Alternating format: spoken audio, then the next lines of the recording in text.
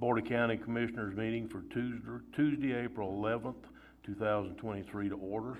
And I'd like to start the meeting by asking the Reverend Carl Flagg to open with our invocation and Commissioner Harvey to lead us in the pledge.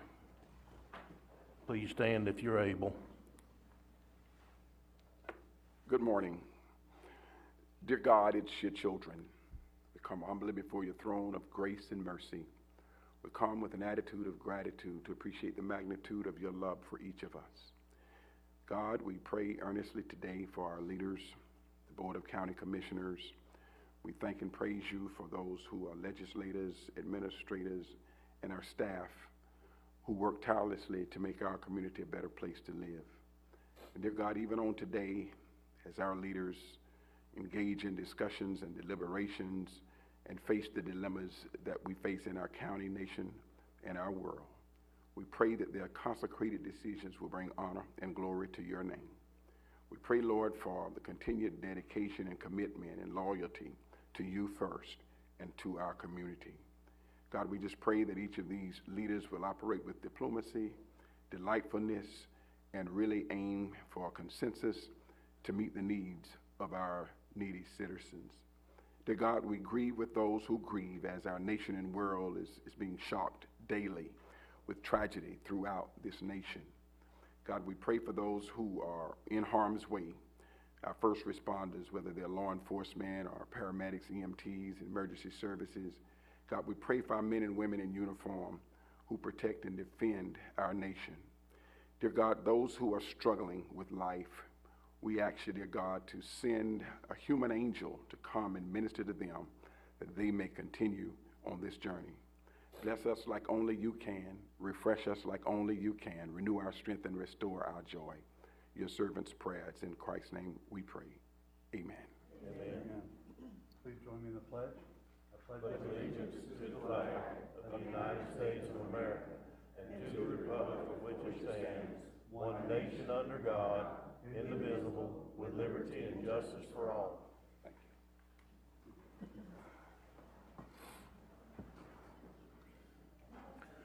Thank you, Reverend Flagg, and thank you, Commissioner Harvey. The chair will entertain a motion to approval of the minutes. Mr. Chairman, I move approval of the minutes dated for March 14th, 2023, and the revised minutes of January 24, 23. We have a motion. Do we have a second? Any further discussion or changes? Hearing none, all in favor say aye. Aye. Opposed, ayes have it, motion carries unanimously. I'm going to now recess the County Commission meeting, and I'm going to convene the Port Authority meeting, and the chair will entertain a motion for approval of the minutes. Mr. Chairman, I move approval of the minutes stated in our packet. We have a motion and a second. Is there any further discussion? Hearing none, all in favor say aye. Aye. Opposed, ayes have it, motion carries unanimously. Is there any public comment concerning Port Authority items? Seeing none, I'll close public comment. Do commissioners have any general discussion or comments on Port Authority items?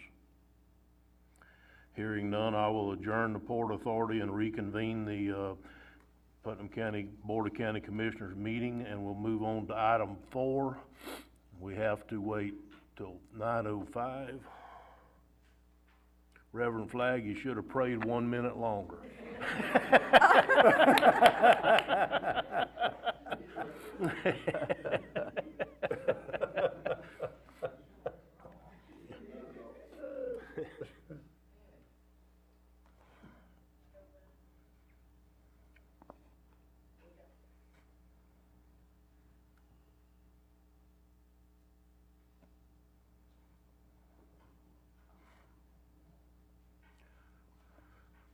Y'all could start moving up on this case from planning and zoning, whoever's gonna handle that, and when 9:05 hits, we'll go, I'm sorry, Joe, I didn't see you over there. Okay. We can't start till 9:05, but 9:05, now we can get started. Go ahead, Joe, thank you. Here, I'll just present from my, Okay. You want me to try to get you another microphone, Joe? Do we have another microphone that we could use over at that station? Where he doesn't have to walk back and forth?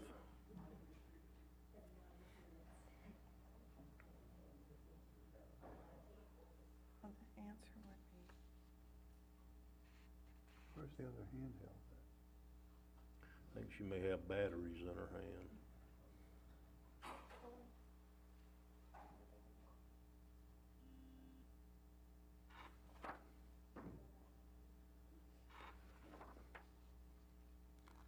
Come on, Joe, let the IT lady have it now. You're the planning director.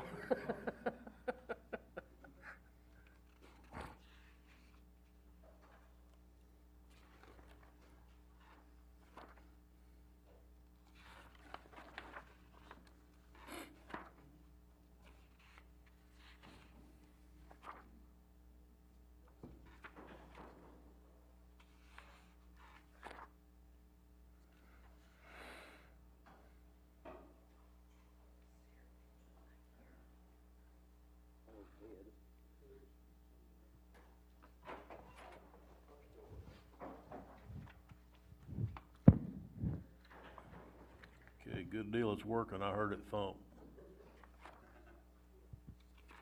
Sorry about that. Thank you, James.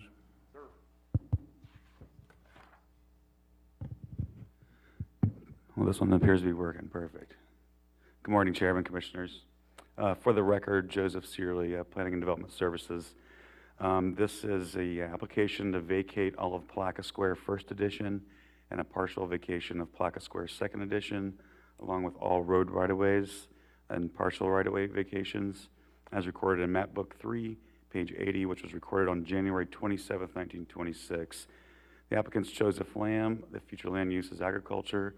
The zoning district is agriculture. The Placa Square First Edition subdivision is approximately 81.15 acres, inclusive of those platted right-of-ways, and was platted for 960 lots, or 20 blocks, each consisting of 48 lots. Each together were civil right-of-ways and recorded on January 27th, 1926. The Placa Square Second Edition subdivision, which is approximately 75.49 acres, inclusive of those right-of-ways, was platted for 960 lots as well, 20 blocks consisting of 48 lots each, together with right-of-ways, and was recorded also on January 27th, 1926. Both plats consist of right-of-ways that were never constructed. Currently, it's just vacant agricultural acreage that's surrounded by some residential to the north. Here is the Placa Square First Edition. They look similar, except they're proportioned differently, and I'll show you that plat put together. Here is the Placa Square Second Edition. Here are both plats put together, First Edition and Second Edition, and labeled as such with right-of-ways. These are the lots and roadways to be vacated, outlined in red. There is, I believe, block 2 and a portion of block 3 that will remain platted as they're under separate ownership. And a portion of those rights-of-ways there will remain unvacated as well, as they provide access to the subdivision to the north that's existing residential development. So the applicant is proposing to vacate all the First Edition plat and a portion of the Second Edition and all affiliated right-of-ways. The vacation would only vacate a major portion of the Placa Square Second Edition with inclusive rights-of-ways, however, would not vacate those portions of blocks 2, 3, and a single lot in block 4 that are not owned by the applicant. Furthermore, portions of Vassar Avenue, Putnam Drive, and Crawford Avenue would remain to provide access to neighboring parcels and subdivisions. There is a recorded easement through there currently providing access to that residential subdivision to the north. If approved, the lots would return back to acreage and subject to the density requirements of the agricultural future land use classification, and further subject to design standards of agricultural zoning district. So without paved roadways, that density out there, once returned back to acreage, would be 1 dwelling unit per 10 acres. Staff has recommended approval to vacate all of Placa Square First Edition plat and a portion of the Placa Square Second Edition plat, as described in Exhibit A and Exhibit B of the resolution provided. The applicant, representative for the applicant is here to speak on behalf of the applicant. And that concludes my presentation. Here to answer any questions. Anybody have questions of staff? Commissioner Harvey? Thank you, Mr. Chairman. On the vacating of the road in there, we're going to keep a couple because of we're going to carve out some of that because it's not owned by this gentleman any longer. What's our easement, what's the easement recorded as far as the width of that road, do you know? I believe it's 60 feet, which surpasses our easement requirements. I just didn't want to do something that would cause them problems in the future, so. And that's specifically what staff looks at. Good, thank you, Mr. Chairman. Okay, does anybody else have questions of staff at this time? Is there anybody in attendance that would like to speak in favor of this? Is there anybody in attendance that would like to speak in opposition? I'll close public comment and Chair will entertain a motion. Mr. Chairman, I move that we accept staff recommendations approval of case PV-22-002, vacating all the Palaca Square, first edition and the platted subdivision, partially vacating Palaca Square, second edition, platted subdivision as recorded in Plat Book 3, page 80, and is further described in Exhibit A and Exhibit B of the resolution. Thank you, sir. We have a motion, do we have a second? I'll second it. We have a motion and a second, is there any further discussion? Hearing none, all in favor say aye. Aye. Opposed, ayes have it, motion carries unanimously. Thank you, Joe. Okay, next we're gonna move to presentations and we're gonna start with, I guess, Mr. Phillips. Rodney. Okay. Yeah, our old agenda had Bertie coming, so that's the reason I had to look twice on both agendas, Rodney. Yeah, she's much more beautiful than I am. I'm not going to comment on that. So I'm honored to read this proclamation. It's Putnam County Proclamation Number 2023-039, National Health Care and Decision Day. Whereas National Health Care and Decision Day is recognized across the country on April 16th, it is designed to inspire and educate, empower the public, and provides about the importance of advanced care planning to raise public awareness of the need to plan for health care decisions, especially those to end-of-life care and medical decisions where patients are unable to for themselves, and to encourage the specific use of advanced directives to communicate those important health care decisions. And whereas healthcare and community organizations across Florida state are assisting people to plan for future health care in the event they are unable to make their own medical decisions, and to encourage the use of advanced directives to communicate these important health care decisions. And whereas a significant percentage of Putnam County's residents have not yet prepared for the health care decisions at time of crisis and or in the end of life and had important conversations with their families, loved ones, and other health care providers documented these decisions, and where it is likely that a significant reason for this significant percentage is that they are both a lack of knowledge and considerable confusion in the public advance care planning and advanced directives.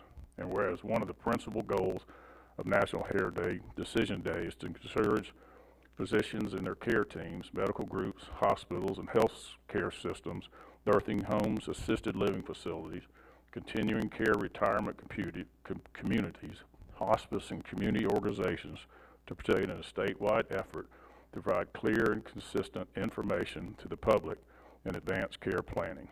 And whereas the community hospice and palliative care of North Florida and other healthcare organizations and community groups have endorsed this event and are committed to educating the public about the importance of discussing healthcare choices and executing advanced directives. And whereas the COVID-19 pandemic made advanced care planning even more important, with every age group being impacted and 840,000 deaths and continuing in the United States attributed to this virus.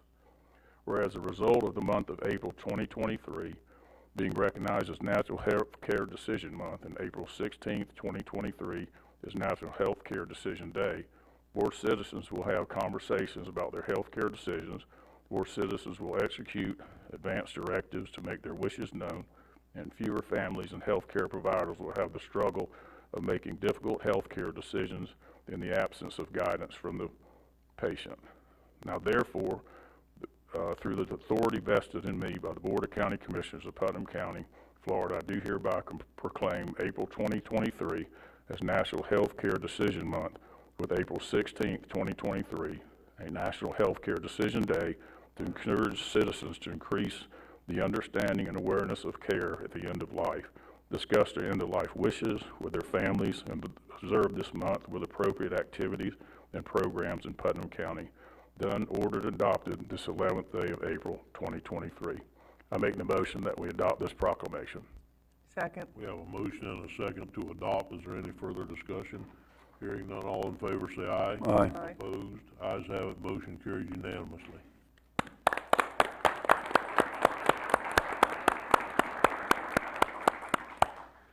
Genuinely, it's an honor to be in front of you guys today. One of the things that I wanted to talk about a little bit, and then I'll let you go, but here in Putnam County, it's very important for all people to have a healthcare surrogate and have a living will. None of us are guaranteed tomorrow, and if you're the age of 18 or older, it's time to look at what your future will be. We all spend time possibly worrying about, what my burial plot's going to be, what my services are going to be like. But we need to take into consideration our own health and who is going to speak for us when we can't speak for ourselves. If so, for some reason we become incapacitated and lose that ability to make those healthcare decisions for ourselves, that's when a healthcare surrogate can step in. And the National Healthcare Decision Day is always after tax day. It's April 15th. I know that this year they gave us a little bit more time, so we had the 18th really, but historically, that's the day that we're looking at. One of the things that we're going to do in Putnam County is there's going to be the Putnam County Health Fair. It's going to be at the hospital this coming weekend on Saturday. I have it on my calendar as 10 to 2. I know it'll probably go a little bit later in the afternoon, but anybody can come out there. There's going to be living wills that are going to be available to everyone, and anybody that is interested in possibly filling one out or just taking one home and talking to their loved ones. It is a decision that you need to make with whoever's going to be your healthcare surrogate. Sit down and have that conversation. We do have people that can come to your home and do it at no charge. We don't have any, there's no fee for any of those services, and they're trained professionals that can sit down with you and have that conversation. Another thing at that health fair at the hospital that's going to be at, I think it's HCA Putnam now. It's always hard for me to say because I know we've always thought of it as a different name, but lots of other organizations are going to be there. You can get testing done, I'm sure, and all of the services that are continually done at the hospital and the health fair services that way. I encourage folks to come out and take that opportunity to get a living will. Even if you don't fill it out, just take it home and have that conversation with your loved ones. Very good. Thank you. Thank you. Any questions from commissioners? Okay. All right. Thank you, Rodney. You want to get a picture?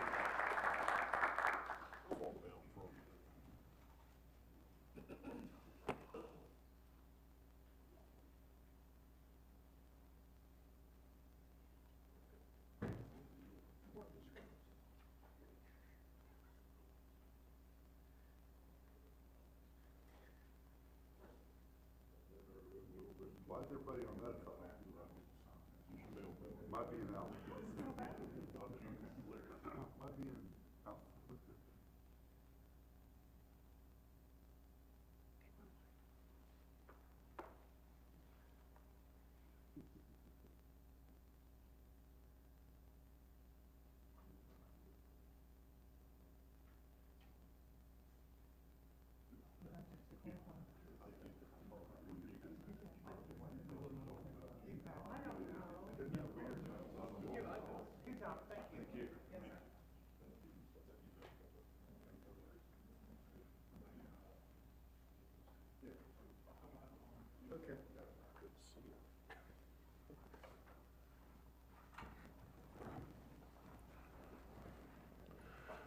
Okay, we're going to move down to item B on presentation. Mr. Sam Carr with Waterways and Trails.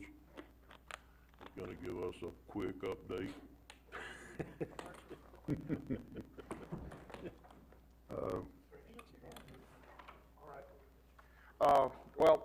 thank you for having me, Commission. I really appreciate it, and it's been indeed my pleasure to be here and talk about the St. Johns River Bartram Frolic, which is coming up.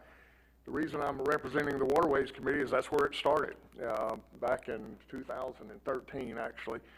Nancy Harris designated me as the chairman of the Bartram Trail and Putnam County Committee, and we proceeded on with creating such a thing, and from there it grew into what it is now, which is a whole lot and all. But it was really an interesting process because it really started as a county committee activity, and then the city got involved, and so it became a joint city and county committee.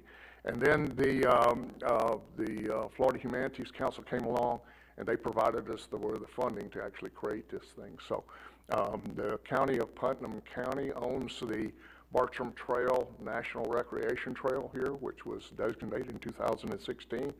And the Bartram Frolic event actually is a celebration of that trail.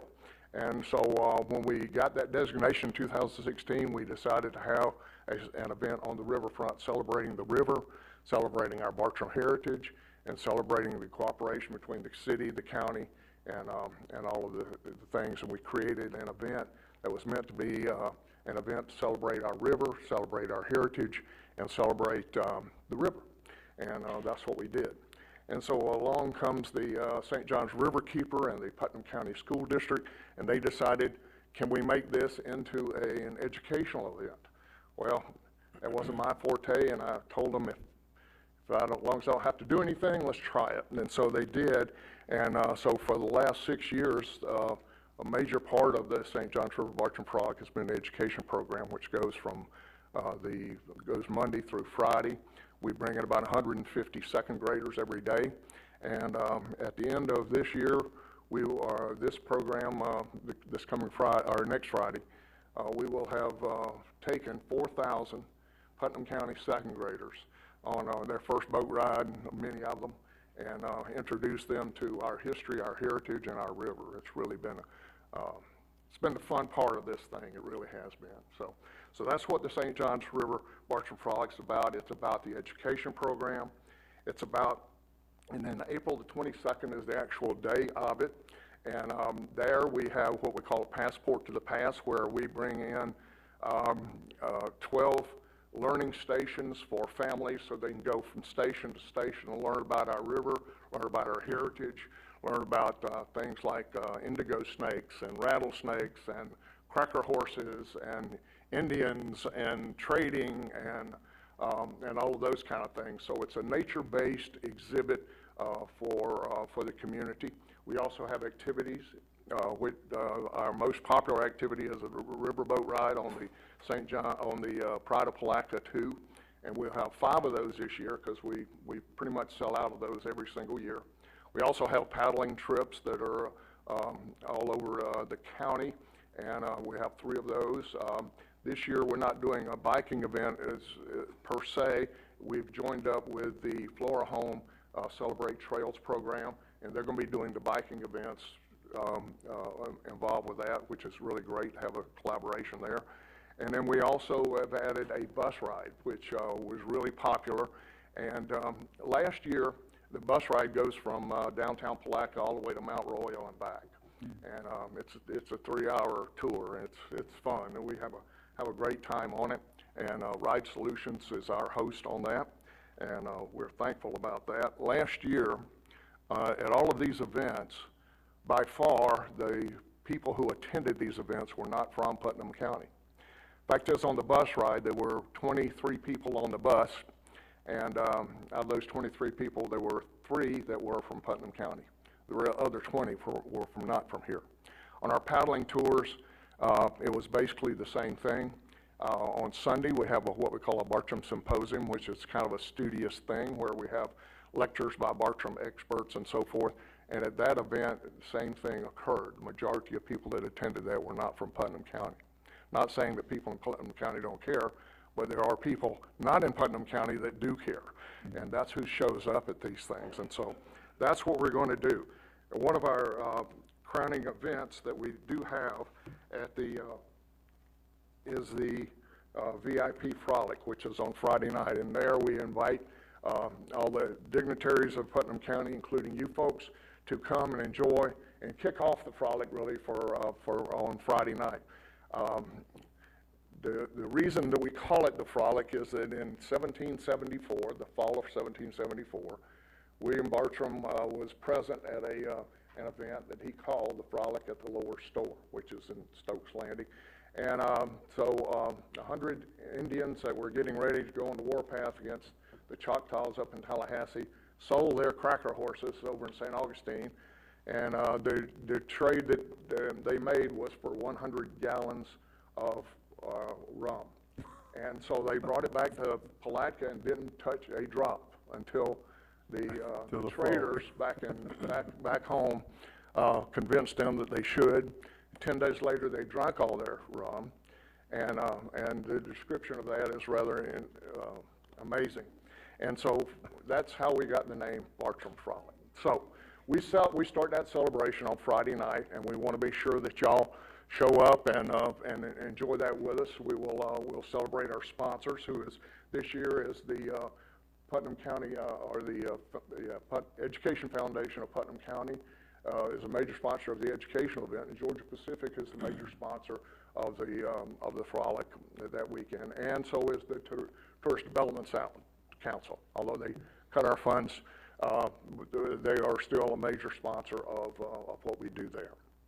So, without further ado, I'd like to pass out our invitations and our flyer and answer any questions that you may have. Okay?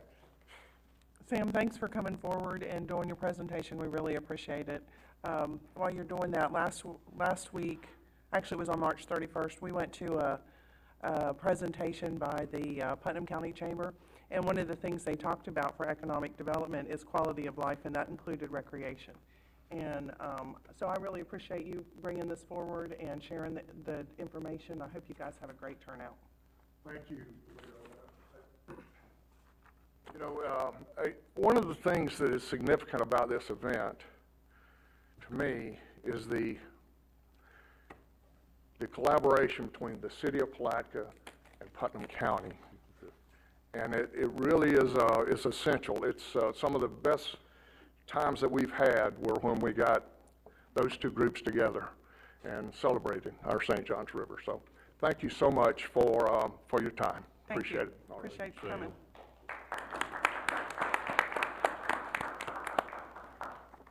Again, thank you, Sam. We'll move on to item C. Katrina Bowler with Florida Park Service is going to do a presentation on the Ravine Gardens. Good morning. Good morning. I'm honored to be here, and I'm very tall. There you go. I am the new park manager at Ravine Gardens, Dunn's Creek, and the Palatka to St. Augustine Trail. I got here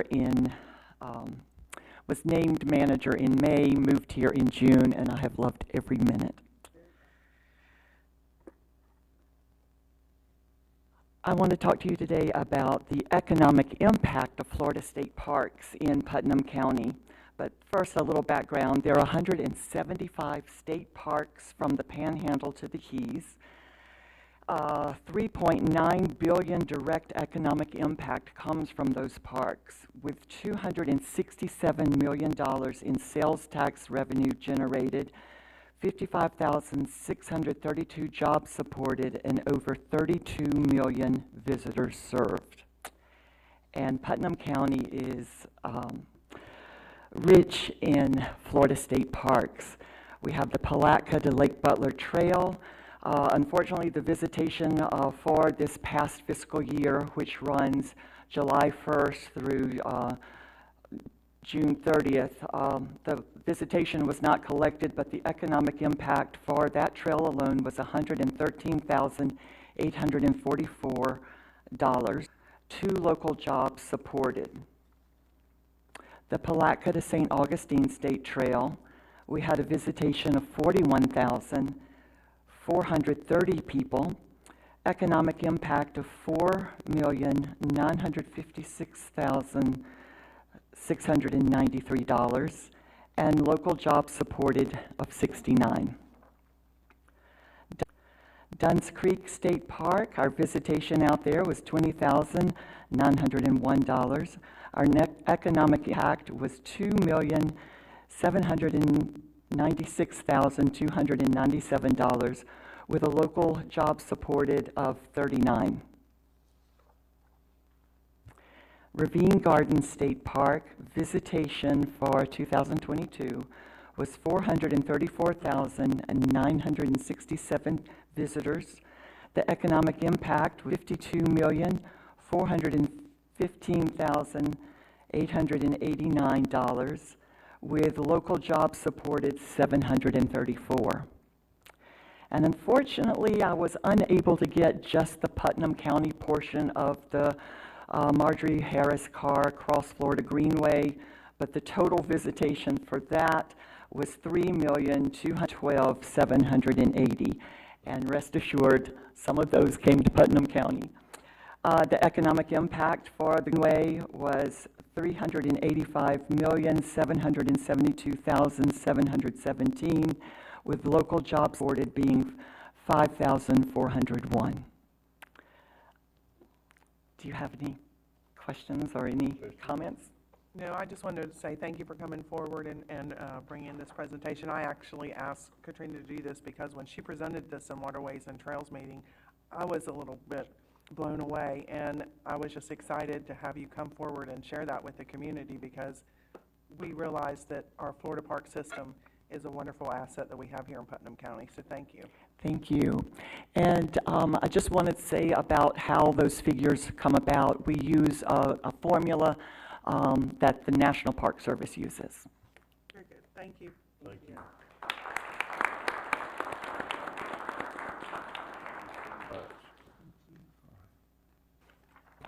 Thank you. Thank you.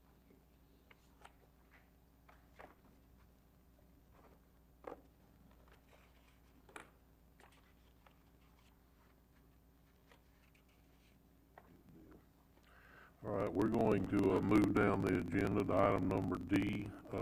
Sarah, would you please come forward?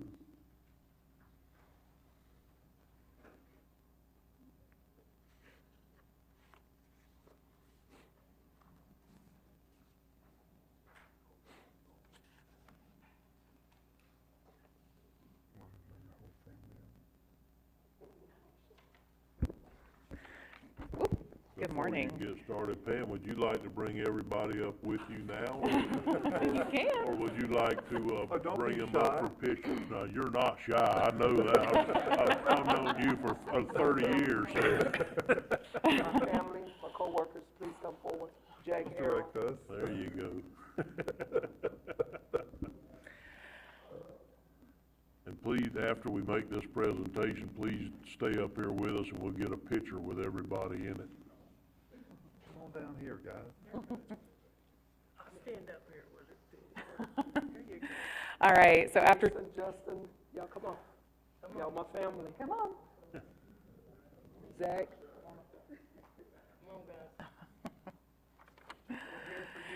I just have a few words to say. After 29 years with Putnam County, Miss Washington has decided to retire. All of her service with Putnam County has been in the zoning and planning department. She has worked with countless citizens and employees as well. Not only are we losing someone with a vast knowledge and experience of our processes and procedures, but we're also losing a great employee with an excellent work ethic and personality. Miss Washington is very active in her community and with her church, and she's looking forward to spending more time with her family and her husband. So please join me in wishing Miss Washington the best with her retirement.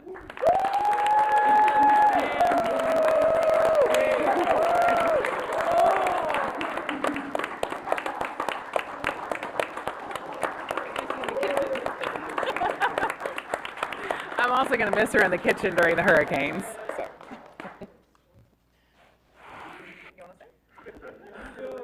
All I want to say is I am very grateful for the opportunity that the Putnam County Board of County Commissioners took in me 29 years, and I'm very grateful for every commissioner. I'm very grateful for every employee that I work with. I'm most grateful for all the citizens of Putnam County. It hasn't been an easy job, but it's been a learning experience. And as I leave, I don't leave disappointed. I leave with a lot of knowledge. And they have told me that they have my personal phone number. So again, thank you for everything that you have done for me. I am very grateful. To my family, thank you all. Because with you all, and I mean that, it has been a journey. Now I'm going on to the next journey, but I will be here if you ever need me again. Thank you. I'm very grateful.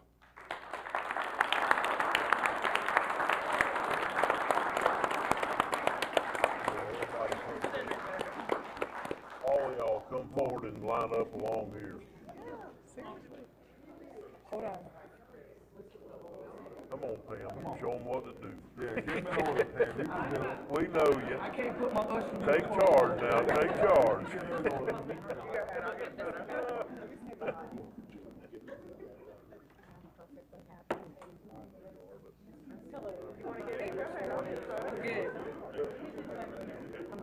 I'm good.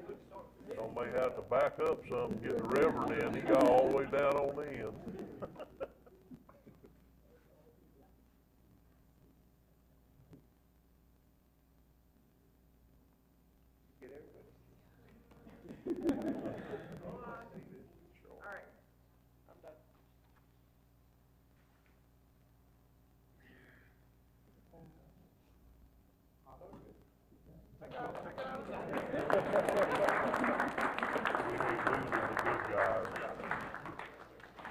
Appreciate you. Love you. Appreciate you. Love you too. I didn't get an opportunity to work with you, but you I got them. Safe driver and all that kind of stuff. Yeah, when they thank you guys. Love you.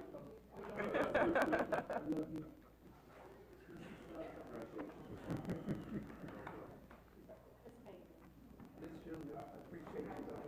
Thank you. Mr. Rich, I appreciate you. No, sir. Thank you, Commissioner. Thank you. I've said it before, but I'm gonna say it again because it's very meaningful here. We really hate losing the good ones. Yeah. And we are, so, be very dearly missed. Okay, we're going to, move down the agenda at this time to, Deputy County Administrator Julianne Young with the countywide project update, the quick version. Thank you, Chairman. And we have amended the project update just a little bit this morning, so you're going to hear it in a little bit different format. As a reminder, it is not intended to be an all-inclusive list of every project or initiative underway by county departments. It is intended to be a list of those that have most importance to administration, our commission, or our citizens. 4 projects that have come to completion with the Parks and Recreation pickleball courts at Triangle Park. They are complete and open for play. We have the Parks and Recreation lighting project at Francis. It is complete and open for play. Sanitation has central landfill, a new scale house is in place at the central landfill and fully operational. The new sanitation office is out for bid, and the interlock scale house construction is finished and is operational. The dirt to pave project for fiscal year 21 is substantially complete. The punch list items are being addressed, but the project included converting the following dirt roads to pavement: Balsam, Norwood, Tropic, Cypress, Walt, Park, White Hill, Nancy, Lloyd, Lynn, Ida, Dixon, Sandy, North Lake, George Drive, South Lake, George Drive, Palm, Atkins, and Darren. Countywide guardrail installations the project is substantially complete. The punch lists are being finished up as we speak. Countywide road resurfacing, fiscal year 22, the project is complete. Countywide bridge repairs, fiscal year 22, the project is complete. And Barden Ranchette Road resurfacing, the project is complete. The following projects are underway. The animal control facility, the board approved the rank order, and negotiations in rank order have begun. The Palatka Library, the new flooring is ordered and installation will begin in mid-April. The Melrose Library, the flooring has been ordered and installation will begin in mid-April. Jerry Beatonball Park, the project is underway. Staff is moving forward with the playground. Melrose Youth Sports Complex, the contract has been awarded for LED sports lighting to upgrade and to install. John Theobald Sports Complex, the contract has been awarded for LED sports lighting, upgrade, and installation. South Putnam Sports Complex, this contract has been awarded for LED sports lighting, upgrade, and installation. The Flora Home Park Historic Building, the building's finished carpentry and painting is almost complete. They've installed door hardware and have made significant progress in the restroom and installation of the floor tile and wainscoting. They are now preparing for installation of the finished plumbing and have purchased most of the plumbing fixtures. They are grateful to have received the donations from Vulcan Material Foundation, the Frank Oliver Foundation, which will allow us to complete the building. They are planning a fundraiser event, Celebrate Trails Flora Home, scheduled for April 21st and 22nd. They conducted a park cleanup on March 25th and have set a date for the building's ribbon cutting and opening in conjunction with the annual Flora Home Fall Heritage Festival in October. The Forts Gates Ferry Landing construction activities are scheduled to begin this month. Coordination with FDOT is underway to ensure all items have been addressed prior to opening the landings for traffic. St. John's Avenue resurfacing, Palm Avenue to the CSX crossing. A supplemental agreement to extend the expiration date of the agreement has been obtained by FDOT and is on this morning's agenda. An additional construction funding agreement has been obtained to complete the project. Authorization to advertise the construction of the project is anticipated to be in April of 2023 after the associated agreements have been fully executed. The County Road 310 bridge rehabilitation, the construction activities are underway and the anticipated date of completion is October 5th, 2023. Septic to sewer conversion, phase 3. Construction is underway. Anticipated date of completion is May of 2023. The East Palaca Water Plant retrofit project, the VFDs required to complete the project are anticipated to be installed in May of 2023. Projects in the planning phase include dirt to pave projects 22 and 23. A proposal to complete 22's design services is anticipated to be obtained early next week. Design services for the 22 roads are anticipated to be completed by September of 23, and advertisement for the construction services is anticipated to be in October. East Putnam drainage and flooding mitigation phases 1 through 4. Phases 1 through 3 are complete. Phase 4 permitting and design activities are underway. St. John's Avenue drainage improvement, State Road 19 to County Road 309C. The notice to proceed has been issued to the contractor and construction activities are scheduled to be completed in October of 2023. St. John's Avenue multi-use trail, construction is anticipated to begin by October of 2023. South Palm Sidewalk, Druid Street to Silver Lake Drive, the construction services are anticipated to begin by August of 2023. The anticipated date of completion is November of 2023. Saratoga Harbor Drainage Projects, Gibbs Avenue. Public Works has recently obtained the conditions assessment from FDEP and is currently seeking quotes to complete the recommended repair activities. James A. Long Elementary and Jenkins Middle School safe routes to school. Further coordination with FDOT has revealed the need for multiple design changes prior to final advertisement for construction services. The advertisement for construction services is anticipated to be in May of 2023. County Road 315 resurfacing project. FDOT is currently reviewing 60% design submittals. Final plans are anticipated to be obtained in July. The anticipated advertisement date for construction is in September. Port Buena Vista wastewater treatment plant conversion and sewer main extension. FDEM informed Public Works last week that an amendment is being drafted to provide additional funding and time to complete the project. The amendment is anticipated to be presented to the BOCC for formal approval during the April 25th board meeting. If approved, construction activities are anticipated to be completed by February of 2024. Paradise Point sewer system hardening and generator installation. FDEM informed Public Works last week that an amendment is being drafted to provide additional funding and time to complete the project. The amendment is anticipated to be presented at the next board meeting. East Palaca Septic to Sewer Project Phase 4. An amendment has been obtained from FDEP to modify the scope of the project and will be presented to the board during the next meeting. San Mateo Water Extensions bids are due April 19th and the anticipated date of completion is May 17th of 2024. North Putnam Drainage Projects, Public Works is seeking professional engineering services to complete the design services needed. South Putnam Drainage, the task order to complete the design services was issued. An advertisement for construction services is anticipated to begin in November of 2023. That concludes my update. Thank you. It just goes to show you how much we got going on around here. And please keep in mind that this is only a partial list of all the projects that we got going on, the, stuff that's been completed in the last quarter and the stuff that's going on as we speak, so, I have a question. yeah, please. Ms. Julian, can you explain where we're at with our vulnerability study, the status of that? I know I can get an update for you. Let me get all the details and I'll email that to you and we can email it. We can add it to the list that goes on the website so citizens can reference it as well. Okay. But I want to make sure I get you the exact stages of it. Okay, very good, no problem. And then, to the other commissioners, I just want to mention that, I have been having ongoing discussions with a contact at DOT regarding that Dunn's Creek property. So, Good. Amy Robertson is the contact, and, that is still somewhat moving forward. That'd be wonderful. Yes, sir, thank you. Thank you. Anybody else have any questions? Commissioner Pickens, before she was starting her presentation, I noticed your light was No, on. I'm Did I good. miss you? No, I'm good. We're good.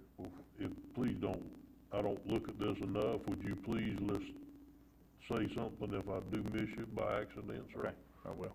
Sorry about that.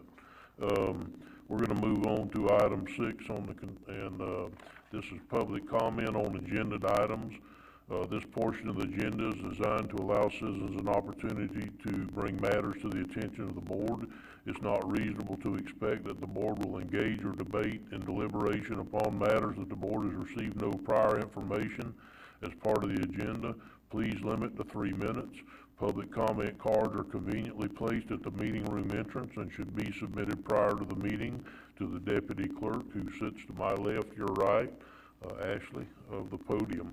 I don't have any cards. Is there anybody that would like to speak on agenda items? Seeing none, I'll close public comment on agenda items and we'll move on to the consent agenda. Is there anyone wishing to remove anything from the consent agenda? Commissioner Harvey. I have none, sir. Commissioner Pickens. E. E. Okay. Commissioner Wilkinson. I have none. And I have none additional. Mr. Chairman, I move approval of the consent agenda items A, B, C, D, F, G, and H. Okay. Is there a second? I'll second. We have a motion and a second. Any further discussion? Hearing none, all in favor say aye. Aye. Aye. Opposed, ayes have it, motion carries unanimously. Okay, item E, Commissioner Pickens. Okay, thank you, Chairman Turner. I just wanted to pull this just to have a discussion, maybe a little clarification from the legal stuff of how this got to this point on this particular item and the recommendation, and discuss. I think this is the first time since I've been a commissioner that I've seen one like this. So Rich, if you could just explain a little bit about it, how it got to us. So this is the first time that I've had one of these come across my desk. However, the county was named in a lawsuit to quiet title action. And in that lawsuit, it made reference to the solid waste liens that were placed on the property. In short, after speaking with opposing counsel and then also taking a look at kind of what the liens are and what interest the county would be entitled to, it appeared appropriate to recommend that kind of compromise position between zero and the amount of money that would have been collected. My suggestion was a compromise position of paying off the lien. That's in part one, to bring the property back onto the tax rolls to make it an income producing property for the county, and also in recognition from some conversations with the commission that this does not set any precedent. This is a kind of case-by-case analysis as I present to you. Okay, all right, so this would be case by case, so we would not be, that's what I wanted to hear, we're not setting the precedents on it, so we would see each individual one, rather than that would be the norm, that's what we would accept. That is correct, and I think part of the reason why we don't see these is, I think oftentimes when a title search is completed, they don't pick up on these, and they oftentimes just sit on the property and we never collect anything. Right. Yeah, you have to do a lien search. Okay. Yes, ma'am. Okay, all right, thank you. Any other comments on commissioners on this? Yeah, I'll have one comment, but not directly about this. When I was talking to you and Tabitha about this, there seems to be some ambiguities in the existing code on whether we need to charge simple interest or compound interest if the commission ever decided. Would you, I don't think, in my opinion, I don't think it was ever the intent of any commissioner to try to charge $30,000-$40,000 interest on a $2,000 lien. I don't believe that was the intent, which is what compound interest would be versus a few $1,000s if it, you know, and this is a real old one, and so normally it wouldn't even be that. Could we clear that up and maybe bring something that would clear that ordinance up for the future that stated that it was simple interest and not compound interest, where we could, if this comes up again, we could come up with I understand that in a lot of instances, this actually comes in and they just ask for how much is it and they just write a check for it. It's not always in a quiet title like it was this time. So could we clear that up to where there was no ambiguity in there as far as what interest we would charge in the future if that comes up? Yes, Mr. Chair, and that's a good idea, and the commission has always been very favorable towards the citizens to try to do what's right by them, so I appreciate that. Yes, sir. Okay, with that, and just a comment is, I think what we, again, want to try to accomplish is just get this taken care of and get it back on the tax roll and moving forward, correct? So with that, I'll make the motion that we accept the consent agenda item E. Second. We have a motion and a second. Is there any further discussion? Hearing none, all in favor say aye. Aye. Opposed, ayes have it, motion carries unanimously. We're gonna move on to new business, item, see, I've got another agenda item, I think, the other one. 8.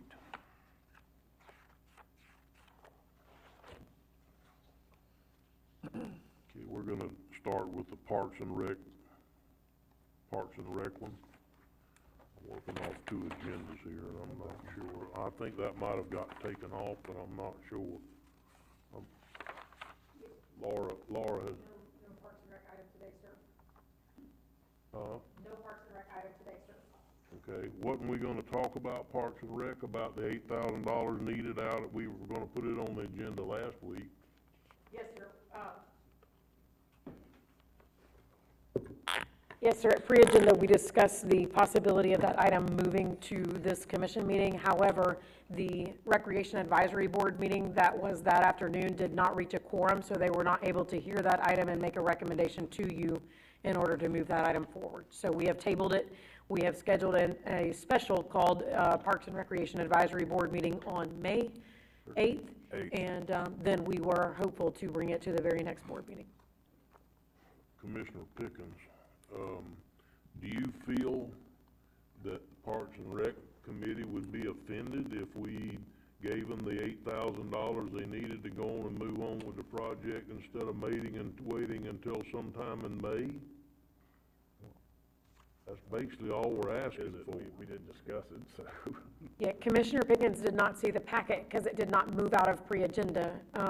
It would be the FPL donated through Commissioner Wilkinson, work donated $7,500 for some improvements to the Barden Recreational Park in response to a solar farm they were doing. Commissioner Wilkinson worked with Parks and Recreation staff to identify some play features that she would like and the community would like to see added out there. We put a proposal together with FP&L's dollars. There's a deficit of about $8,800 needed to complete the project that's been identified for enhancements to the Barden Recreational Park. I don't think there would be any problem with that at all. It's just frustrating to me that we have to put things off for 2 or 3 months instead of going on with this park. I think we've got private funds in it, we've got everybody participating. This commissioner wants to move this thing forward today. No problem. That's what I'd like to do. I don't have a problem with it, and I was. I don't want to offend your. No, I was surprised that we didn't have a quorum, because we've got a really good group, so it was a surprise that we didn't have a quorum to carry on, because we wanted to move some other stuff forward. So that's why, and rather than wait till 2 months, we decided to go have another meeting in May. So, but I have no problem. I just don't want to offend your committee whatsoever, Commissioner, but I'd sure like to move this forward today. Chairman, both the budget and the procurement are underneath the threshold that gives administrative ability to complete the project if we have consensus from the board. It is just something we typically bring to you all one, to acknowledge the contribution by an outside party, but also to take it through the process. But I believe we can get you a motion, but I believe I we don't- can damn sure I get you a prefer not. consensus. Would y'all raise your hand if you mind us building this park for $8,800? to be fair, we're simply adding a swing set and some mulch and a play area, so. I understand. Okay, I'm not trying to make light I of just it, don't want but it. I really appreciate FPL kicking some money in, and I appreciate Commissioner Wilkinson setting this up. I appreciate all this. What I don't want to do is drag the thing out for an extra 2 or 3 months if we don't have to. Go ahead and get this thing going, so. So, yes, we do, or, Yes, we did. Yes, yeah, I think everybody waved and nodded, and yes, we want to move it forward. okay, thank you, Okay. sir. Thank you. Thank you, Mr. Chair. Not a problem, it's my pleasure, actually. Anything I can do to speed up the process around here, I'm gonna work on. I think that's the right attitude. So, next, we're going to, talk about what is actually on the new business on this particular agenda.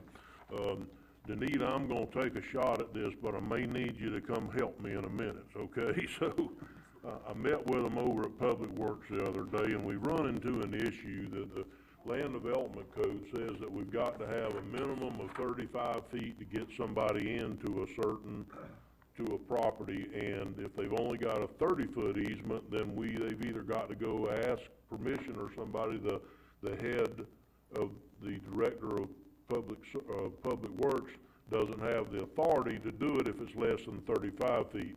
Now, Danita, I mean it now. If I misstate something, I need you to come up here. I'm the first to admit when I need some supervision. So anyhow, with that being said, we've got this one particular case, and it's only a 30-foot easement, I believe. That was the second one we talked about the other day. This is one that we do have legal access, we don't have physical access, so the roadway has not been cleared. This is the one that Danita showed me the picture of, where you just got like a lane going through and it's not very wide. That's correct. They had the legal access, not physical. I mean, it's not opened up to the 66-foot wide. Have legal access, but it's not an open access, and so is this the one we were talking about, maybe getting them to sign a piece of paper that's saying that while you have access to your home, don't go build your home and expect us to go build you a 66-foot wide brand new road in? Basically, you need to do what you're gonna do. That's correct. Danita, would you like to add anything at this point? You'll have to come up here. I'm sorry. We're recording, we're recording this. Good morning. This is from a 1925 subdivision that was platted and dedicated to the public. The roads have been, vacant since 1925. So it's basically dirt trails that have gone through that people have used just for accessing. So it's not open to our county standards. And they're requesting to build approximately 800 square feet from State Road 19 in the Mondex. So it's a Mondex subdivision, 66-foot right-of-way, and it's just not opened. The Land Development Code says that we have to maintain and we have to provide drainage, and that's the rub. The Appendix 9 of the Land Development Code says that we have to build it out to 66-foot right-of-way with drainage. And who's going to construct that? So not only that, where are you going to send the water to? It's hard to make water drain on flat ground. It's not the roadside ditches are not designed to take the water anywhere. It's just to take it off of the road to mitigate, allow Mother Nature to either percolate or evaporate. And that's what the roadside swales are usually designed for. It's not a drainage system. There is no system designed in this subdivision. Well, this is an issue that we're going to run into more and more as we come up, and it's already rearing its ugly head many times. And so I think that we're going to have to make some changes to the Land Development Code that allows somebody to build on their property, but they can sign a paper saying that they're not going to build and come to the county the next month and say, okay, where's my new paved road at?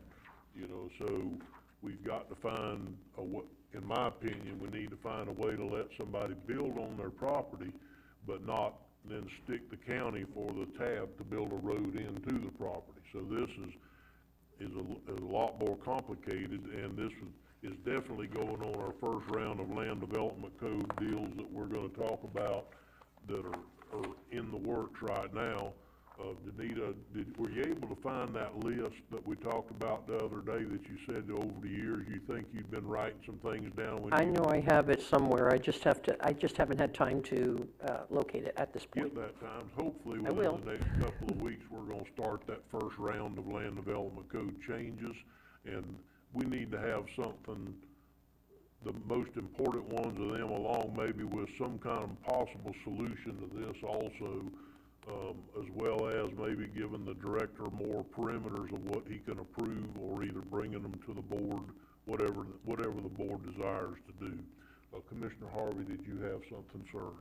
Yes, sir. I think I have some solutions, and I went out there last night and looked at this. We do, let me clarify something. We do own the roads in that subdivision. It's not an ownership, it's a Right. It's a custodianship. They're dedicated to the public. We have paved some roads, and then Mr. Troxel actually cleared a road for someone to get in there to their property. But I think we can accomplish something very simple. I didn't know years ago, by the way, too, that I was making history by having a frolic in the Mondex when I was a youngin', but we did back then. So, you know, but I think honestly, in my opinion, and JR and I spent a lot of time yesterday, and I spent a lot of time on the phone with Mr. Commando. I think that I'm with the chairman here. We need to allow people to get to their property and do what they need to do. Some limitations on it, because we can't go in there and clear out everything, although somebody did go in there and kind of clear out some of that road to get in off of 19. So I saw that. But I'm thinking the public safety director, county administrator, the fire chief, and possibly the chairman of the board can make a recommendation to the building and zoning department, planning and zoning department, that all we're worried about is public safety in this case. And if we can get a fire truck in there, then we solve the problem. And if those people that I mentioned can get together, make that recommendation, then I have no problem with it whatsoever. Now, going into the future, yes, I mean, don't come back here and asking us to open up, clean it up, pave a road. Well, you can ask us to pave, everybody asks us to pave a road, you know, but I'm saying we're not gonna do certain things back there. You kind of knew what you were doing when you got in there, and that's the problem. It hasn't been maintained for a long, long time.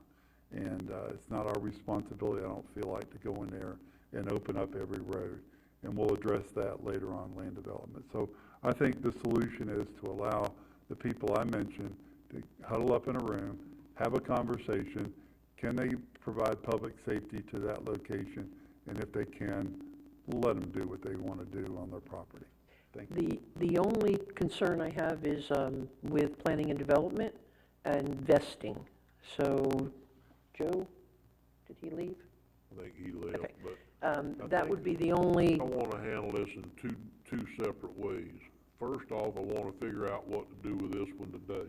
Right. And then we need to have another meeting like we had the other day, and like with me and you and Joe and JR, and maybe get Julianne or Mr. Suggs. You were gone, I think, Mr. Suggs, but have another meeting and try to come up with some solutions to bring back to the board for changes. And if it's a land development code change, we need to try to do a recommendation to bring to the board, because like I said, we're gonna do a first round of land development code changes and try to hit the low-hanging fruit and the things that need to be fixed the worst. We're gonna try to do that before we move on with the possibility of the consultant now that it's back and different things. But we're gonna try to go ahead and do a round of them, I think, and try to get these fixed, because if we turn them over to a consultant, it'll be next summer or after before we ever get any of this done, and that's just not satisfactory. So I think what we're gonna do is maybe if we could come up with a solution to this one today and what we want to do between now and when we get this changed, Danita, if you don't mind, could just start bringing these to the board until we can get some land development code relief or changes are done. and that way we're not holding people up too much, and we can make the decision on a per case basis up till then. Commissioner Pickens, did you have something to add, sir? Yeah, I'm in agreement that we need to do what we can so this person can get to the property that they bought to build a home, put a modular home or whatever on there. But we've got to, I think y'all will agree with me, some of the hardest calls to take and try to answer is when somebody is on a road, such as we're about to create here, let them create, and their road deteriorates, their health deteriorates, and they're calling the commissioner in their district to ask them to get the road repaired because they cannot get to doctor's appointments and they're worried about emergency vehicles getting to them. So we need to make sure that they understand this and that future owners of this land and future people who buy some of the lots, I guess, that may be affected with this road, they clearly understand that this passes on, that the county is not responsible for maintaining this road, even if it deteriorates enough to where the garbage truck won't go down, UPS won't go down, Amazon won't go down. I mean, you hear it, you've all heard it, you know, and they have legitimate concerns, but I'm in the same boat myself. I guarantee you, my road where I exit my house is not 66 feet, it's a lane, but I understand I have to maintain it, so that's my biggest concern. And I know we can address it. Yes. It's about, and that's the reason why we're really needing to talk about this in not just this particular one, but also somewhat in theory today, because when we do grant, let Mr. Grimes have the authority to say go down to 28 foot, draw the line wherever you want to, but say go down to a narrower line, and it is a, for lack of a better term, a cow trail or a pig trail that goes through the woods, but it may be fine for them for right now, but then they sell it to somebody else and it's an aged couple, and next thing you know, they're saying this is your road and it's impassable and I need you to come fix your road. And so then at some point the county is then, seems like they are obligated to fix it, even if there was a signed agreement up front that said that we're not going to do this and we want you to know. So what the point that you're bringing up is absolutely valid, Commissioner Pickens, of where do we go from here? Do we make them bring the road up to standard before they can build down it, or at least to a certain standard before we allow them to build? Or do we, I mean, it could go everywhere from that to letting them just drive on it like it is right now, but there's going to be repercussions somewhere in the future if we do that. So I guess that's that's kind of discussion that we need to have today is theory, and then what are we going to do about this one? Are you done, Commissioner Pickens? Mr. Wilson? So I know we have the Class 1 roads, we have the Class 2 roads. Would we, if we move forward with this today, just consider this a private road on record, or how do we? It would be a Class 2 road, I mean, basically, because it's not in the maintenance system, but it's definitely owned by Putnam County. So it would be a Class 2 road. It's not a 4 road because it's not in an MAU, and it's not a 3rd road because it's not private. So it would definitely be a Class 2 road in Putnam because we own it. We don't own it. It's dedicated to the public. So we're curators, basically. It's not an ownership. I understand, but in theory, you've got to have one of 4 roads. Yeah, unless you create another, that was where I was going, so unless you create another category, then you're either a Class 2 or you're creating something else, I don't know. That's not a bad theory either at all. Do we go with a Class 5 road, which a Class 5 road basically means that the county owns it, but the county's not gonna maintain it because it's impassable, because at some point in the past it wasn't ever brought up to standards, and just do a Class 5 road, then actually that's an excellent idea. Excellent idea. Well, you also got to consider from a real estate perspective. You guys brought up, you know, when somebody sells it in the future, and now somebody who needs more services, you know, would live there and not understand that they purchased this home. But you can purchasing a home, you have to have for I'll speak in a minute, for financing purposes.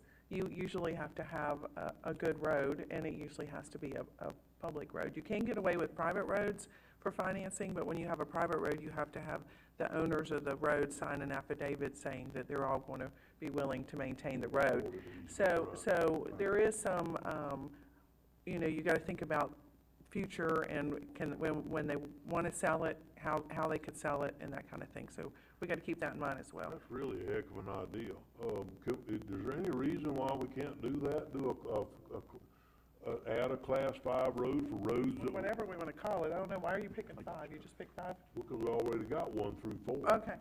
So it'd have to be 5 unless you want to name it 35. I didn't know there was a 3 and 4. I just, No, there is. Could be 2A, 2B. Help me here, Danita. I didn't know there was a 4 myself until recently, but basically MSBU's are 4s. No, not necessarily. Pardon MSB, no, you gotta realize that these classifications it was built when we designed the initial, what roads does the county own?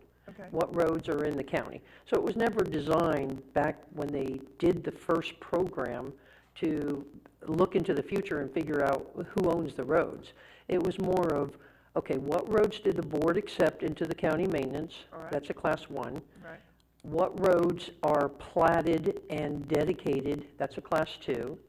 What roads are private? That's a class 3.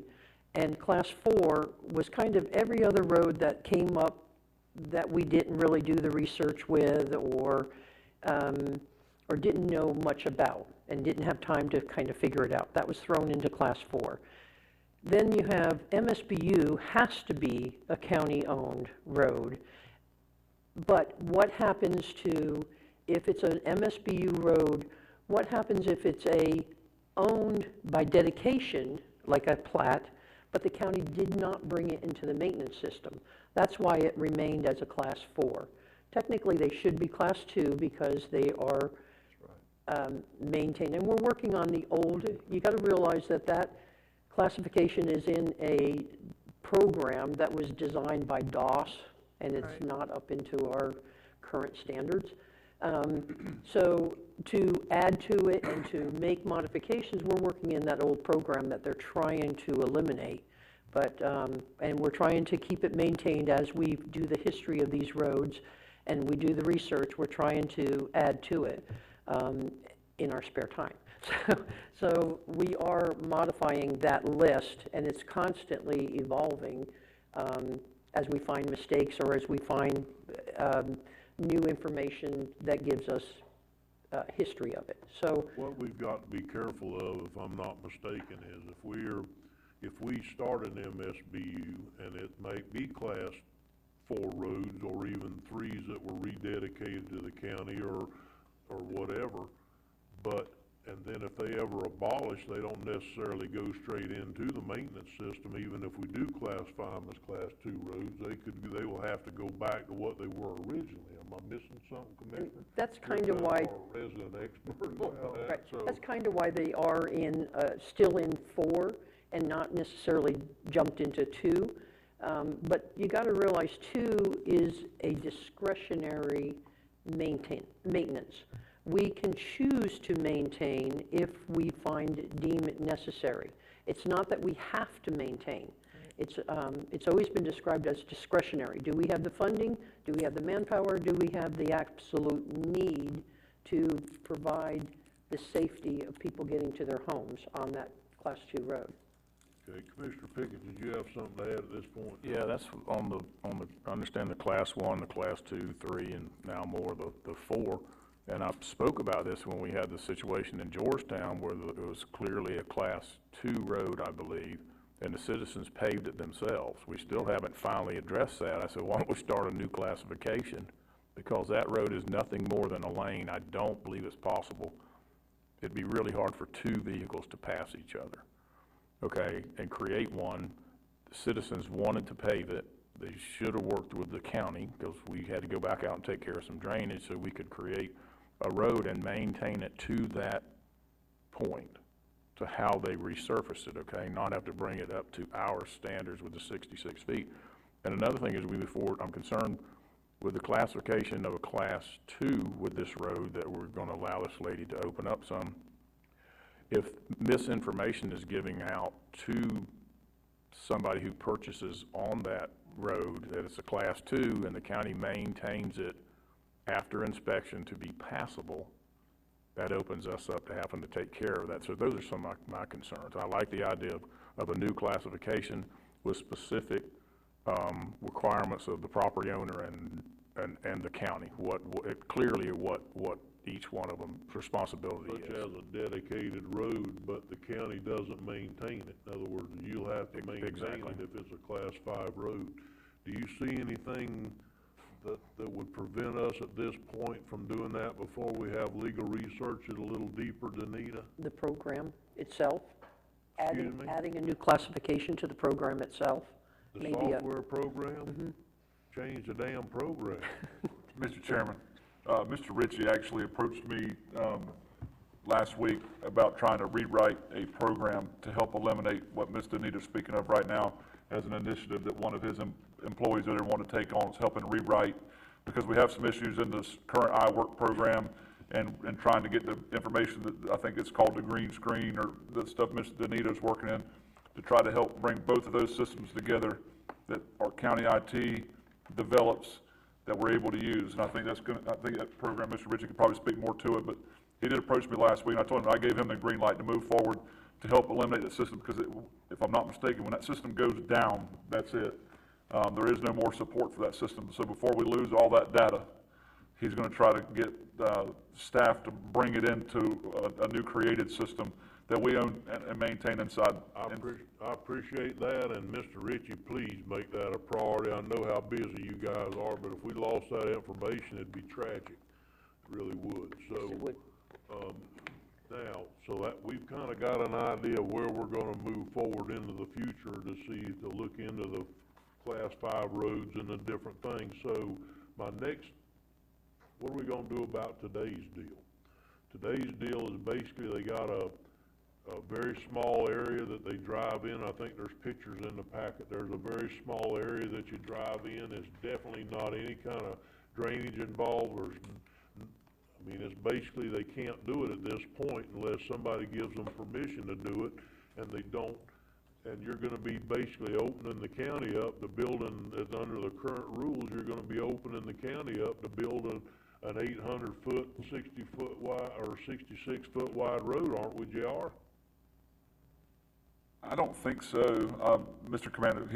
I thought I mean, what's being asked of the commission today is to allow the property owner to access their own property and to allow them to do some clearing and to build it. I don't think that's going to obligate the county to do something beyond what our resources are at this point anyway. So, I mean, we have a lot of other things that need to be addressed, and it's good to hear that we're working on all of those things. But for what you have before you today, we're just looking for approval to allow them to clear out to get to their property, which I can't imagine from what I've heard y'all said is a problem. Not a problem with me, as long as they don't come back in 6 months and say, okay, I just built my house, now I want you to go build my road. So maybe if there is a motion to authorize the clearing and allow, and really direct staff to communicate with the property owner to make sure that the wishes that are expressed by the commission today are communicated to that property owner. If we end up giving them a right-of-way permit, can we give them a permit without them bringing it all the way up to county standards? Can we give them, Danita, can we give them a right-of-way permit that would just make them bring it up to the standard to where they were to make their road passable? Or would we, if we give them one, do they have to bring it all the way up to county standards under the current rules? Well, that's where it gets a little bit tricky. That's why I asked Joe because it is a subdivision, and it is a non-vested subdivision, the vesting rules. So I'll turn that over to Joe unless, Well, for the vesting. I'm not trying to turn this into a 3-day meeting. No, I understand. Because I don't know what our authority of how wide is the absolute minimum that we can do and that satisfies all of the codes that we have to abide by. And vesting, there's no issues with the vesting of that subdivision? Okay, he said not with this one, so. I didn't think so. So what width do you want the residents to open up the road for them to access? I guess my question, let me ask it a little differently. And I realize that it's like asking a bean counter to just guess at something. They don't do that. And so I know that you do it right by the rules. That's your job. And so I guess my question would be, should we make them pull a right-of-way permit or just allow them to access their property through the road as it is? Because they're not working on their property, then the right-of-way use permit gives them permission to work within the right-of-way that is dedicated to the public. So in the past, we would issue a right-of-way use permit, and they would provide a survey showing that the scope of the work that they're proposing to do is within that legal right-of-way, so that they're not moving the road just because there's a current pig trail that goes through there. We can make sure that it is within, the work that they're doing is within that right-of-way, and that we're not going to have future issues of being on somebody else's property. What if they can demonstrate without a survey that they're within the right-of-way? In other words, nowadays we have satellite technology that's pretty close. If they're running right down the center of the existing layout on the county GIS system, for instance, it may not be completely accurate, but it's within a few feet. That's not entirely true. That's you got to realize that the GIS system is a layer, and it's placed over another layer. So you could be right on at one point and move 5 feet, and now you're off.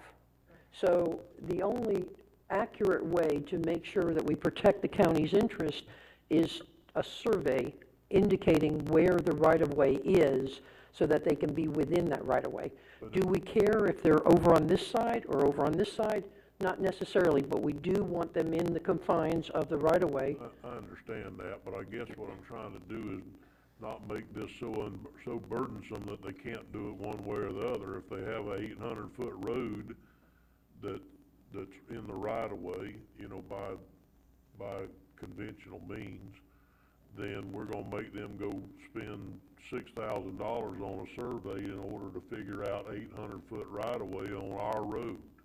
When by the Mylar or by the satellite, they're, like I say, they might be 5 or 10 foot off, but on a 6-foot right-of-way, you can pretty much tell if the road's running down the middle of it or not.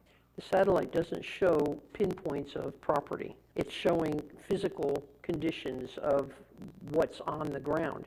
It does not show the locations. GIS actually has the property lines in most instances. Again, that's an overlay. That is an approximation of, it has nothing to do with this is the physical point and this is where your boundary starts and your boundary starts. So it's an overlay, it's a representation. Jokingly, we say GIS stands for Get It Surveyed. But wouldn't it be, following Commissioner Turner, thank you for acknowledging me, sir. Following Commissioner Turner's line of thinking, if the applicants already have a survey on their property, that pretty much tells us at the start of that, go to the north 66 feet, and we're pretty much there at that point.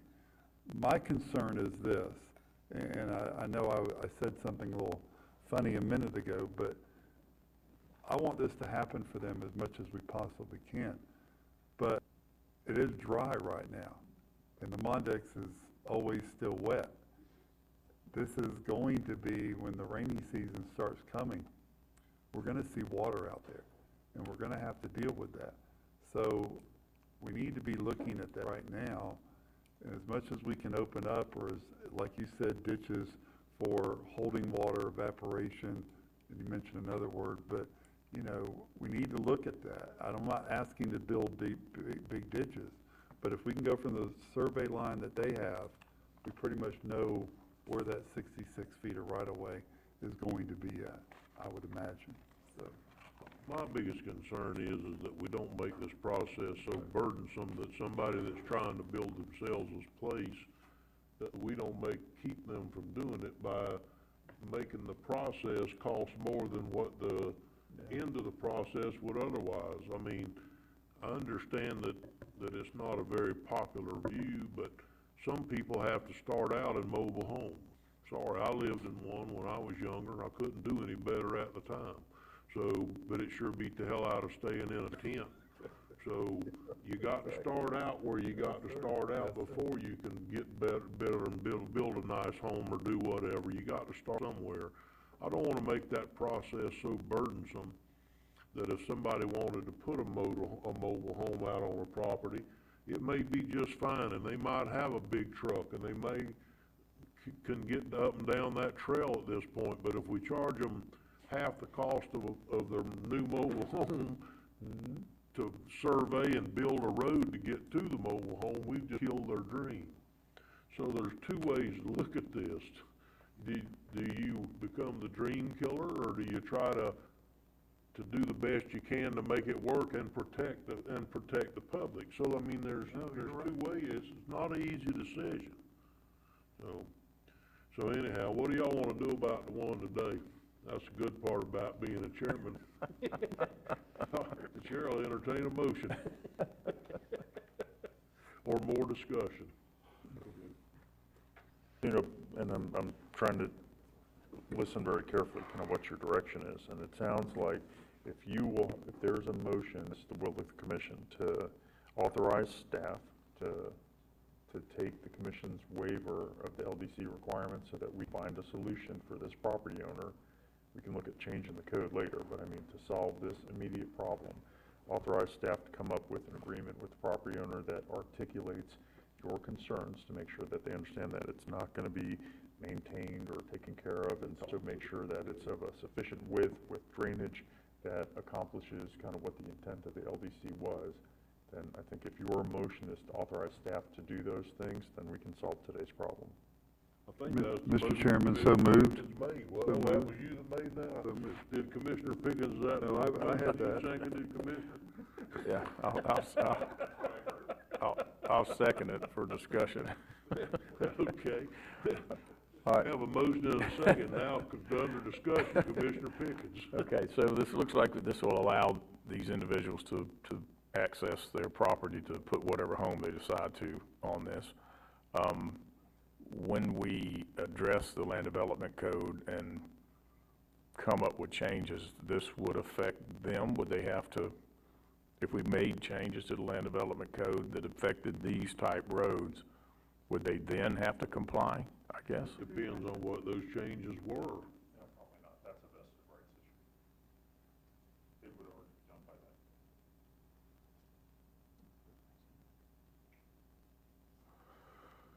Okay. Tough, isn't it? Well, it seems simple, but it's who comes after this? Who sits here after us? We're Okay, basically and then- creating a driveway to their property along county, public property. So it's the width that you also want to consider.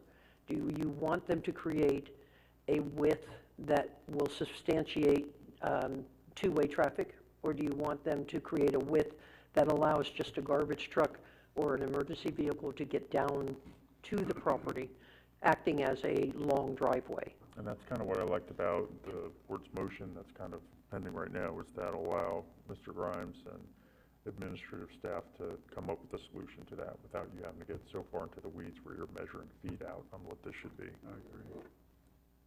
Okay. Okay. That's all I had. Any other discussion? Are you straight enough, Mr. Grimes, about where we're going? Good deal. Yes, sir. Are you comfortable where we're going? Yes, I mean, we got to have something for a citizen. I mean, and that's the reason why I'm here today, is because I don't like sitting in a position we got to tell a citizen no when they don't have any options. So I think that's what was valuable about today, is we got a path for a citizen, because up until today's conversation, we didn't have the ability to help a citizen, and the answer is no, and that's never a good position for us to be in. I believe, I mean, I rode out to East Dixie Street yesterday off of Highway 19, and the question becomes, can you get an emergency vehicle access to the people? And the answer to that is yes. I mean, at some point, they're going to have to bring something in there to construct this home, whether it be a mobile home, whether it be a cement truck, or whatever that are in the classifications of our emergency vehicles. I believe that if we can come up with some kind of standard to where we can go out and look at the project at hand and be able to say, yep, common sense tells us we can get here. I believe so. I mean, I believe East Dixie Street is built inside of some kind of boundary, because if you look real close, the ditches are established, the roadbed is there. The people that are planning on building there have already went in and widened the road up to a point. The pictures in the agenda packet do not do it any justice. I believe that the people have done their due diligence in order to get whatever they're going to do to their home. You know what I mean? They've done all this prior, and then now they go to get a building permit, and we have to tell them no. So I think, with us, when they take a common sense approach to can we get people to their home, I think it's a great way to start, and then we can develop the land development code surrounding. And if we make a mistake, we've only made a mistake one at a time coming before the board and getting, so that we've not really set a precedence, because we can always go back and change the rule. So I think we're making a step in the right direction today by allowing us to give a citizen an option of something other than the word no. Right, and also is to help staff and help the citizen, so when they purchase the property, they feel they can access it, and they go to one department, they said, yes, you need a right-of-way permit to do it. Then you go to get a building department, so, oh, no, it's not the right width. That gives, hopefully this will stop some of that going from one department to the next and feeling like Putnam County doesn't want to help me, doesn't want to deal with me, okay? And that's not what we're about. Right. We want to get the citizen. Actually, we're trying to be the opposite. Exactly, what they need, as long as they follow the steps necessary that are in development codes, ordinance, or whatever, correct? Unless I'm missing something, so, okay. Okay. At this point, I'll call for the question. All in favor, say aye. Aye. Aye. Opposed, ayes have it. Motion carries unanimously. Thank you. One question, was the packet that I submitted, was that sufficient, or would you like to see anything different for future, Would you just get with JR and find, and okay. That was fine by me. Okay. If you I find think that it you needs to want be a any, lot more. What I don't want to do is you have to take 4 or 5 hours out of your day to come up with one of these presentations. It needs to be as much information, as short and sweet as you can get it to us. Because the last thing we need is you just doing these all day, every day, and then no engineering getting done, nothing getting done. correct. But I just want to make sure that you have all the adequate I know you do. That's why I information. love you so much, Danita, but I'm just saying that I want you to do it as short as you can and give us the information you think that we just got to have. I was good with what you presented. I was good with the information. Thank you. I'm sorry? I was good with the information you presented. you. Thank you. Okay, so the advisement is to go forward and allow them to, JR's gonna get with you and y'all okay, are gonna perfect. work it out. Thank you so much. Thank you, Danita. Appreciate you. Okay, we're going to, move down to appointments. Commissioner Harvey, did you have any today, sir? I don't have any. I'm working on one in the audience right now, so we'll get to that soon. Okay. Commissioner Pickens, did you have any for us today? No, but hopefully next meeting I'll have somebody for the Better Place Plan Advisory Committee. Okay, good. Commissioner Wilkinson, did you have any today? No, but I did want to clarify that on the Affordable Housing Advisory, District 2 is already placed with Ann Wallace. So that just needs to come off the packet for next time. Okay. And I don't have any for today either. We're going to move to public comment for miscellaneous items. This portion of the agenda is designed to allow citizens an opportunity to bring matters to the attention of the board. It's not reasonable to expect that the board will engage in deliberation or debate about matters on which the board has received no prior information as part of the agenda. Please limit to 3 minutes. Public comment cards are conveniently placed in the meeting room entrance and should be submitted prior to the meeting to the deputy clerk. My left, your right, at the podium. I don't have any cards today. Well, why don't you just wait till the last minute? Don't sit down now, walk straight on up there.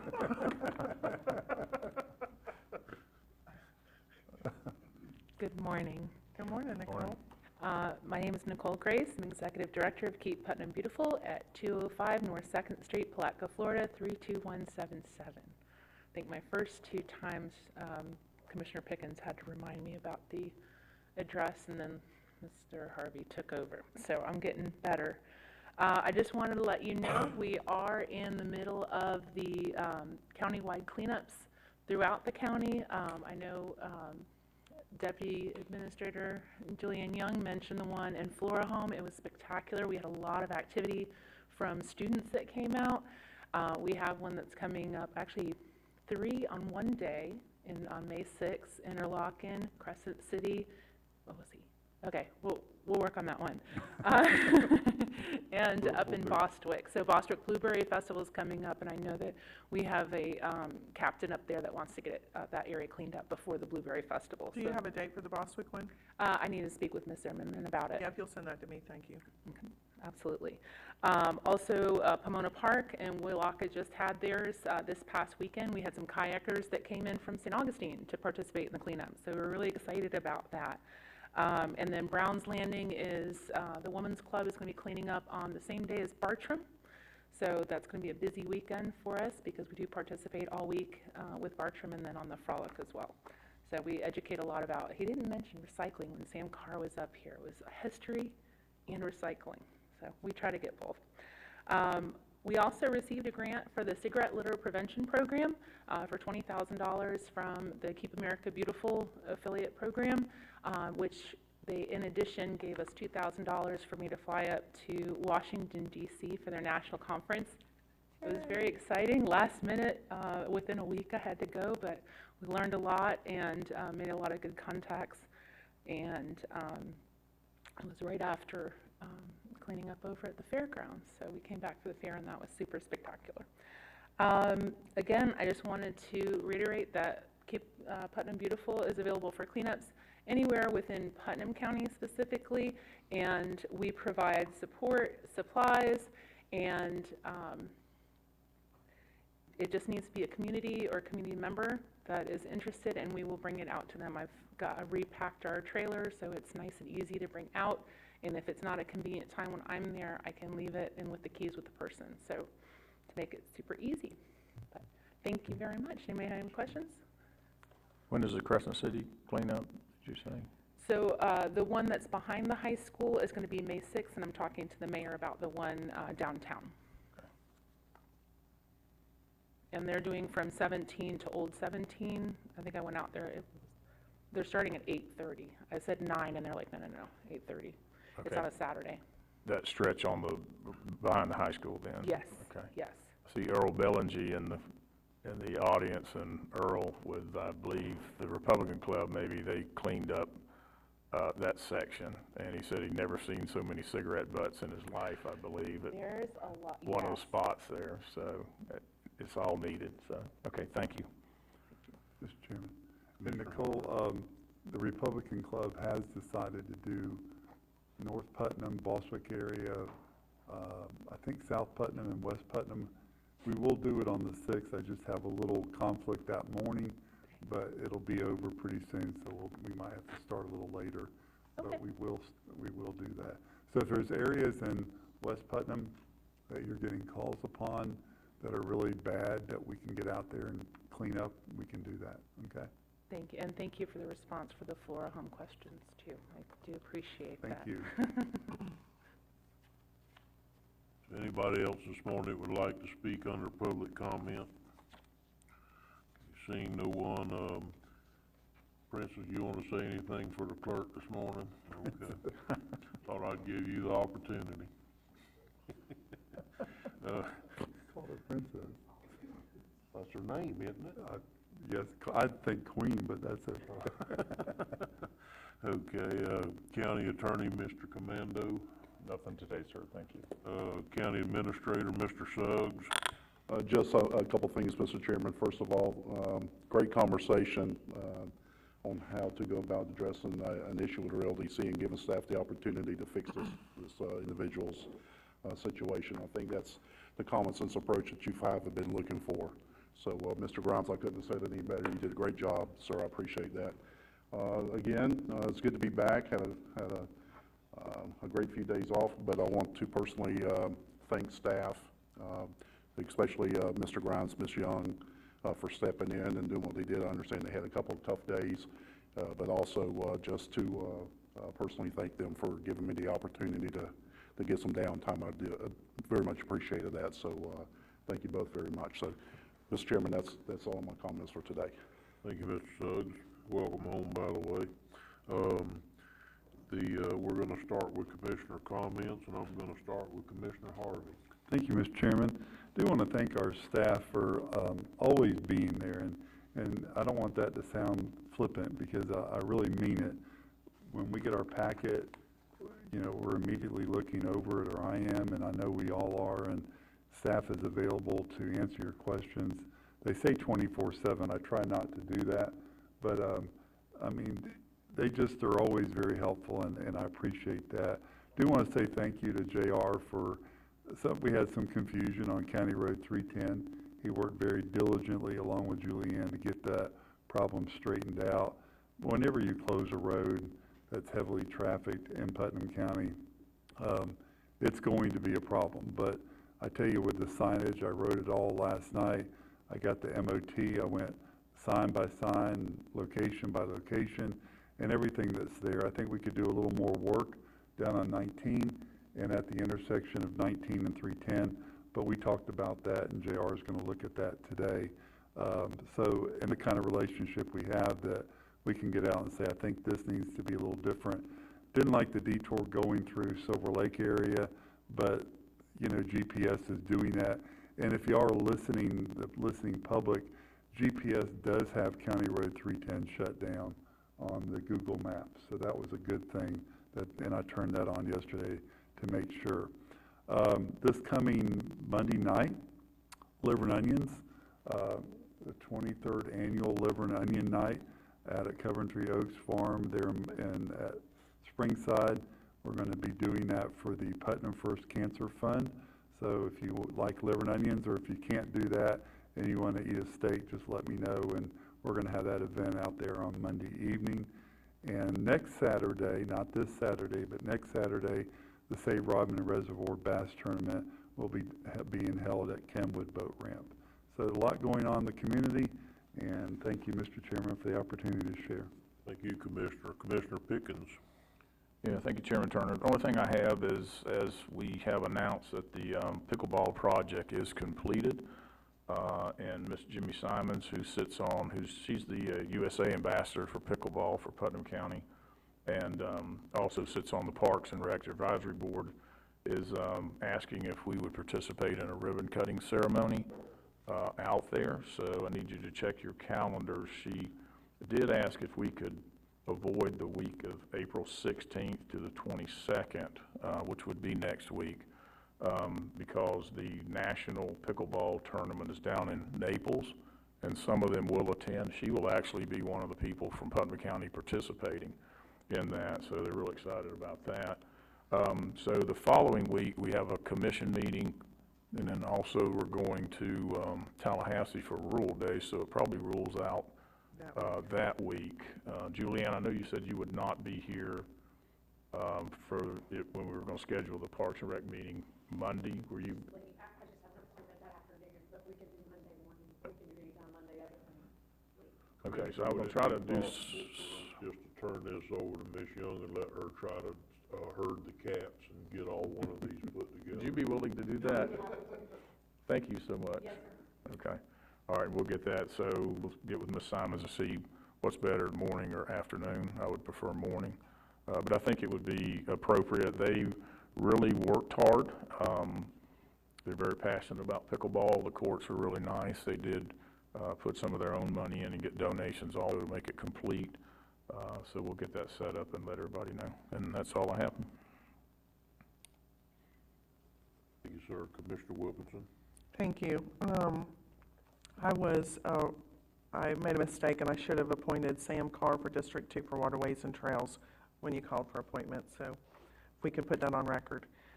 Second thing is, there is going to be a Putnam County overdose. Excuse me, did you get that comment? I just want to make sure she caught that. Thank you. Okay, no problem. On April 20th, from 6:30 to 8, there's going to be a Putnam County Overdose Awareness Seminar which is bringing awareness to the opioid overdose crisis and helping our communities overcome it. We will have Major Scott Surrency from the Putnam County Sheriff's Office. We will also have Captain Catherine Harper from Putnam County Fire Rescue, excuse me, and that'll be at Church of the Heights at 311 St. John's Avenue in Palatka. They will provide a free meal starting at 5:30, and they also will have childcare. So it's a great event, and we certainly need to bring awareness of the opioid overdose crisis that's going on in our area. Third thing, I know we talked about the Land Development Code, and one of the things, Chair Turner, I appreciate you bringing that forward, but one of the things that's been on my mind has been the family lot splits, because I think it's one of those things, I don't want to wait till we get the Land Development Code completely rewritten either. I think it's one of the low-hanging fruits, and we certainly should have opportunities for family members to be able to give land to their family in a much easier process than what we have now. And I just feel like that gives our residents a leg up, and that they're, if they could get 5 or 10 acres given to them from their grandparent, and it's an easier process, then we are keeping that group of people here in Putnam County, and it's very important to me that we can get that done. So if you're looking at some things, if you could consider that as one of the things that we work on early on instead of waiting into. And yeah, I just don't want to wait till we get completely done with the Land Development Code. I think it's something we could do quickly. That's all I have, so I appreciate it. Thank you. No problem. Okay, I have a couple of issues. One of them is I have solid waste committee tomorrow, and one of my 3 members is not going to be there. Can we have a 2-member quorum and then just I either as chairman, only have 3 people on the committee, period. One of them's got called out of town. He's not going to be back tomorrow. So do I have to reset up the whole meeting, or does 2 out of the 3 constitute yeah. Okay. So under Robert's Rules of Order, I can just either second or make the motions as chair, which is usually not acceptable. I mean, but it's not against the law. It's just not proper Robert's Rules of Order. Okay. I have no issue with that. Okay. I just didn't want it. It's kind of hard to herd everybody into getting one of these put together. Well, this is our 3rd attempt, so hopefully we can go through it. I think there's only 3 cases. Maybe we can get through it.